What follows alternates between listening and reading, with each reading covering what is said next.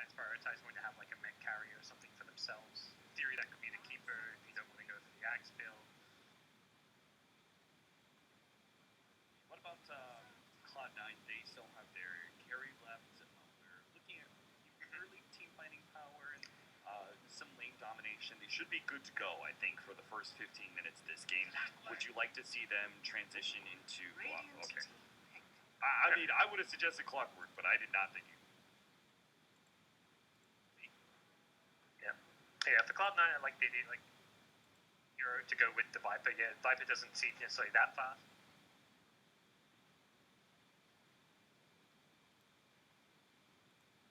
For Tiny, it's really hard to get in. If you don't combo the TB, if he gets out of the fight, he's got the Hurricane Pikes under, you're getting kited for days. It's really hard to play against him.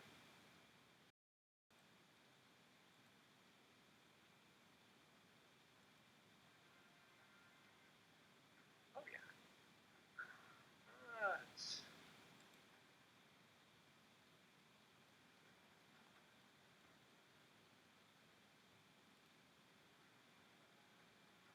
That seems still very viable. Like, it's a similar idea. Blade just with a bit less range. Really, a time you don't have that time of like the metamorphosis. Like, you can still push when Eclipse is on cooldown if your opponents have also their spells on cooldown. And yeah, you're right. It will be the Luna.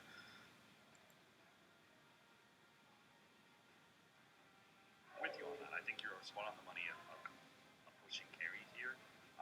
And the only other one would have been Sven, but Clockwork, I think, counters. Like, there's just too many issues for a Sven carry against Clockwork. Yeah, so we'll see how fast Tiny can come online, because he's the hero that's going to have to try and bully the Luna a bit. If he can get a fast Blink Dagger in the first, like, 12 to 15 minutes of the game, head to wherever Luna's trying to farm and just get a few kills on her. That's going to be key. The one thing with the Lions, I just don't feel like they have that good roaming hero to set up for the IO Tiny relocate this game. And I guess in theory that's meant to be the Clockwork, but it just doesn't work as well as like a Nyx Assassin does when he's vendettaing around, or even like the Bat Rider option where you can just use the tree light, smoke out, fight the lasso pick. It's a bit less reliable with the hook shot. Yeah. Look at this.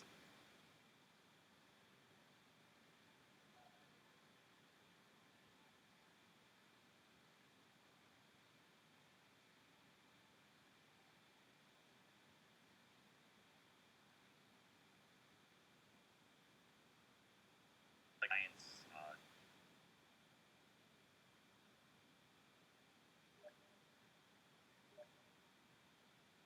like, this is the kind of...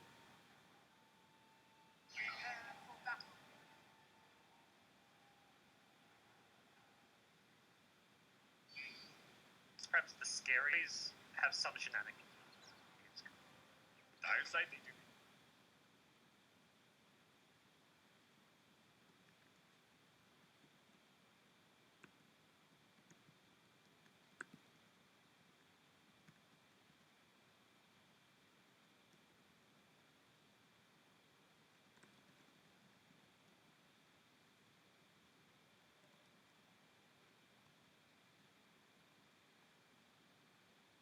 Up their sleeves, yes, but are immediately shut down by Cloud9 with their positioning.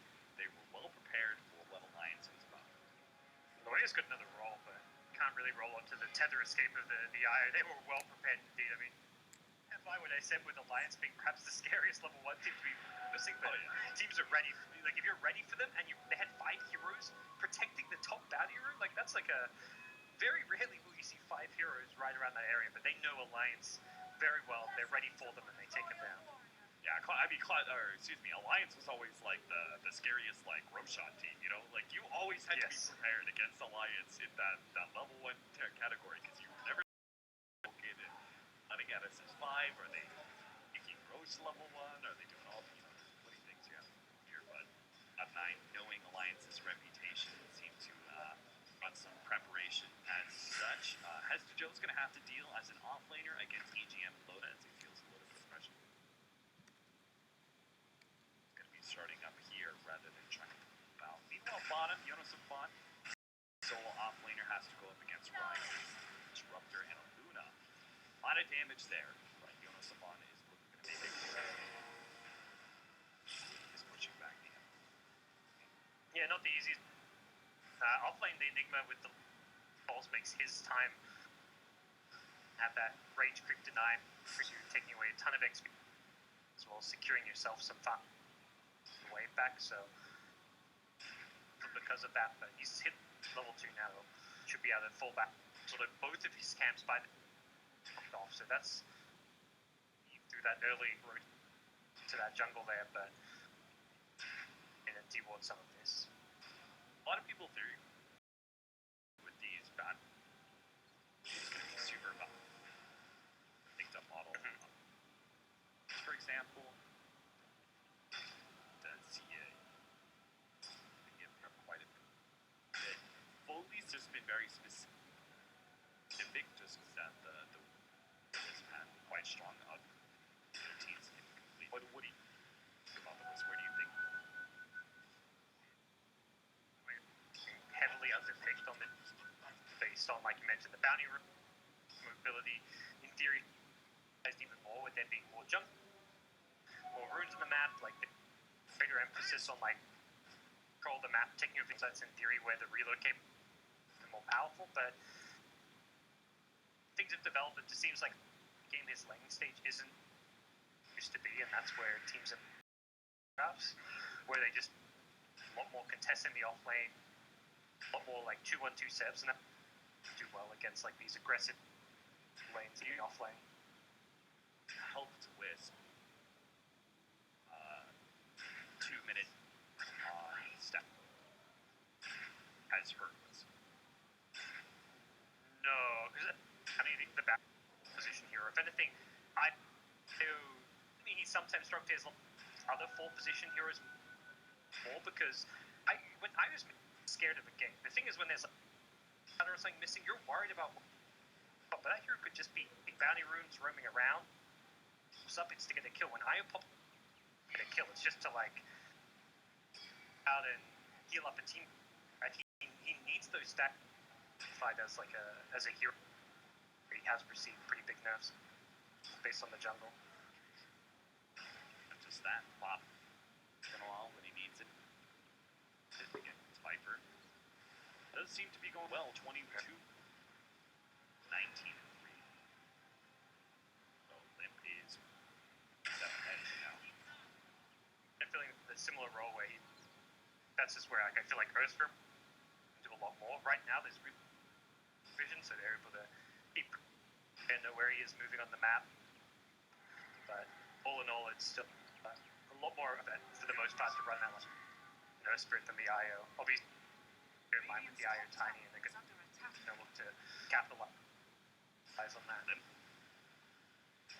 Like he doesn't really, but as an invisible, turn is big for the start back. Swiss to return to him. Jaunt into the Jonas Bar. Enemy bounty room. Bouncing back. Hold on to iron side. Or basically a bit of a danger. Be getting the Joe just now picking up. But is getting more long kind of given. That's been half your time. He's got his arcane boots now, so getting himself a bit better. Will be getting some good farm now up to his tower. Jonas is going kind of deep into the Radiant jungle, see what he can find. Yeah, he's being scattered up by this Radiant. The end of it without a TP scroll. Not really a good escape. So he'll not use anything. Beat up Jonas as well. Speaks all of his. Oh, there's our treacherous for First Blood Alliance. Night of Bat Leaves seem to be doing.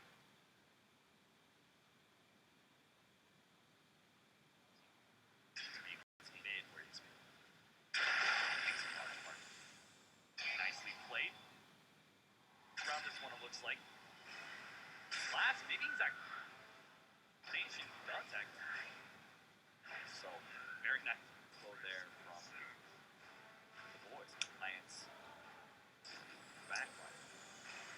Kind of kill they need to get out of this iron. He's just sitting mid lane, getting farm. get involved early and really step up as possible. So, and towards that blink dagger, I imagine she's going to be going for. It's going to go a long way. Six now picked up. We'll see if they active carry anything. For the most part. See if they Bottom lane, they've got on in. Let's have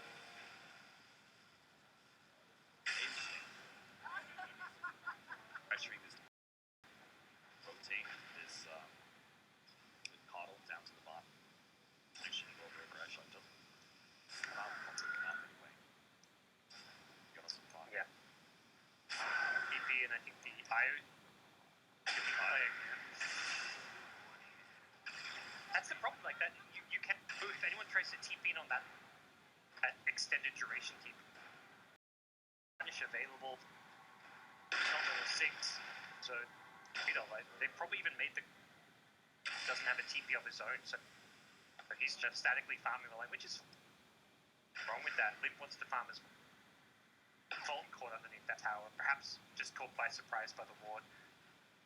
The apparent there's a ward on that cliff by now. Whether or not they've really got it or not is kind of another issue. True. The EGM just a little bit slow. Do it. I think back this push a little. On level 6 on all those stacks. These push. It's very not because Luna kind of it's her lane all. Lee wants to be able to get some early tower bounty. In and stop that one tower of the Luna. Those couple of early push comes in and it pops up off lane tower more than just support the Luna. They're gonna have to as well. Yeah. It's pitiful once Tiny gets like a blink dagger up, all the iron comes online, so trying to approach protecting her. Both carries can be going that helm. No big surprises there. For C9, it's really going to be around and try and keep Luna alive. Ganks an early. Who's going to have a very good timing on getting. He's almost equal load on in terms of overall net. It's a scary thought. They have it, the chart that can never ridiculous. Yeah. Playing off of you just and the tower as it's gonna head in. Storm creep, they back up based off of Bolt Blast and line. And they try and keep up and get around it somehow. Baiting around it with a hook in a decent approach, but it's like they just home the Dominator, Tiny blink, just yet Tiny in a blink.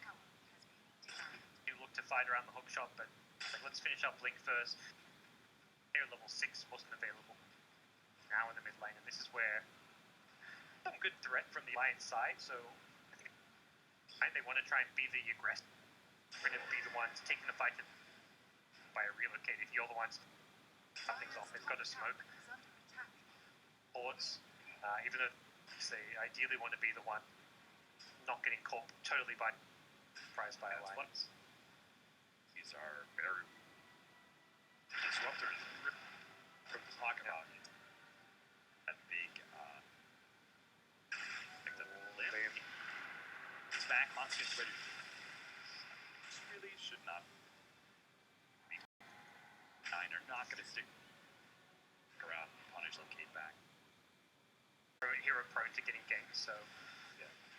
They're going to leave the two, actually leave Luna Viper in the mid lane while the Enigma heads back to the off lane, which is kind of interesting that the two pushing carries are off on their own. I feel like this is something the Alliance could try and capitalize on, but they've ganked up. Maybe it was a bit of a bait there. Maybe expecting to be behind end up catching DOTA with a pick up